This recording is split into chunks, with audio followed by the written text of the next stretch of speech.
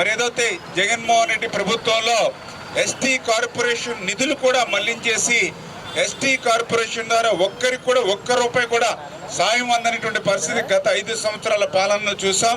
కానీ ఈసారి మరి ఏకలవ్యుడు మరి ఆయన స్ఫూర్తితో చెప్తూ ఉన్నాం, ఎస్టీ కార్పొరేషన్కి నిధులు మరింత ఇచ్చి పటిష్టం చేసి ఏదైతే ఆ యొక్క ఎస్టీ కార్పొరేషన్ ద్వారా పెద్ద ఎత్తున మరియు ఉపాధి అవకాశాలు, విద్యా అవకాశాలు, ఉద్యోగ అవకాశాలు కల్పించేటువంటి బాధ్యత మేము తీసుకుంటామనే విషయాన్ని కూడా ఈ సందర్భంగా తెలియజేసుకుంటూ, ఏదైతే ఈరోజు తెలుగుదేశం, జనసేన, బీజేపీ, ఎన్డీఏ ప్రభుత్వం కూడా పర్టికులర్గా ఎవరైతే అటు గిరిజన ప్రాంతాల్లో కానీ ఇటు మైదాన ప్రాంతాల్లో కానీ ఉన్నటువంటి ఎవరైతే ఎస్టీ సోదరులు ఎవరైతే ఉన్నారో వాళ్ళ అభివృద్ధికి, వాళ్ళ సంక్షేమానికి కూడా కట్టుబడి భవిష్యత్తులో మేము పనిచేస్తాము.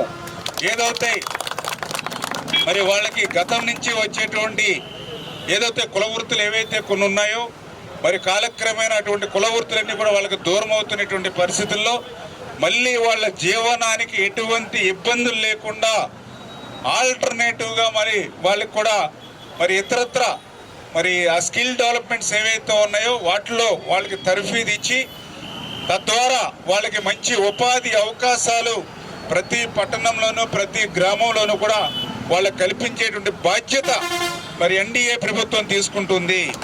అదేవిధంగా ఎవరైతే ఎస్టీ సోదరులు ఎవరైతే ఉన్నారో మరి వాళ్ళకి సంబంధించినటువంటి పిల్లలకు కూడా విద్యకు బాగా ప్రాధాన్యత ఇచ్చి ఆ విద్యలో కూడా వాళ్ళకి, ఎందుకంటే ప్రతి వ్యక్తి జీవితాన్ని మార్చగలిగేటువంటి శక్తి ఒక విద్యకు మాత్రమే ఉంటుంది కాబట్టి ఆ విద్యలో కూడా వాళ్ళకి ప్రాధాన్యతనిస్తాం.